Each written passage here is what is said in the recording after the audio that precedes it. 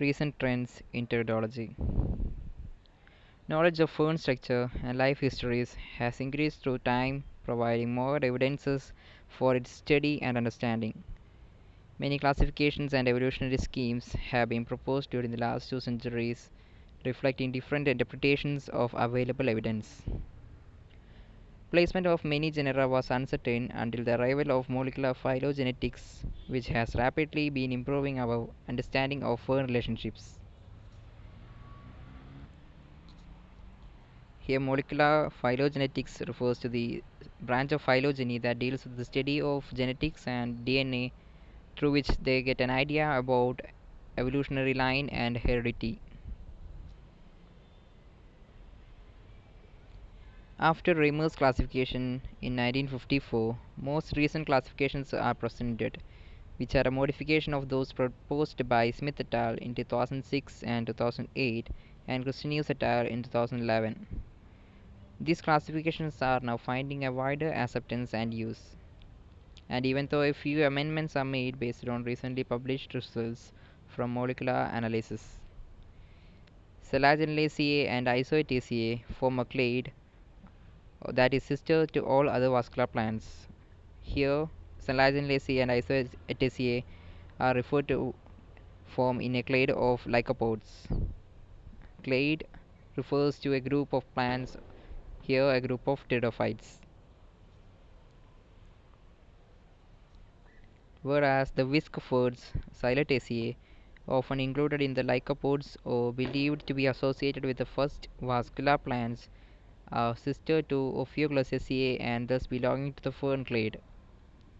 The host tails, that is Equisetaceae, are also members of the fern clade. Ferns are vascular plants that produce spores and undergo an alternation of generations. Prior to 1950, cytological aspects of ferns were practically unknown, and what was known was mainly due to the pioneering work of Manton and Browley. Manton, along with Sledge, published their works during the years of 1950, 1954, and 1958. By the 1970s, chromosomes of around 15% of fern species had been counted, and Walker in 1973 provided a good review of how cytological information could help in unraveling previous problems. Chromosome numbers continued to play a role in classification of several decades, only to be replaced by molecular phylogenetics in 1990s. Mehra in 1961 finalized the application of chromosome numbers and described their phyletic lineages in terms of their cytological evolution, but this information was not included in later classifications. Here, phyletic lineages refers to the evolutionary line or the heredity line. Schneider et al. In 2004 studied the age of fern diversification and concluded that the higher leptosporangiates include majority of extinct ferns.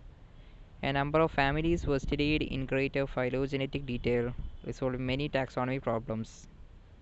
Example by Correll et al., Nagalingam et al., Christinius et al., Hennikin et al., Rofels et al.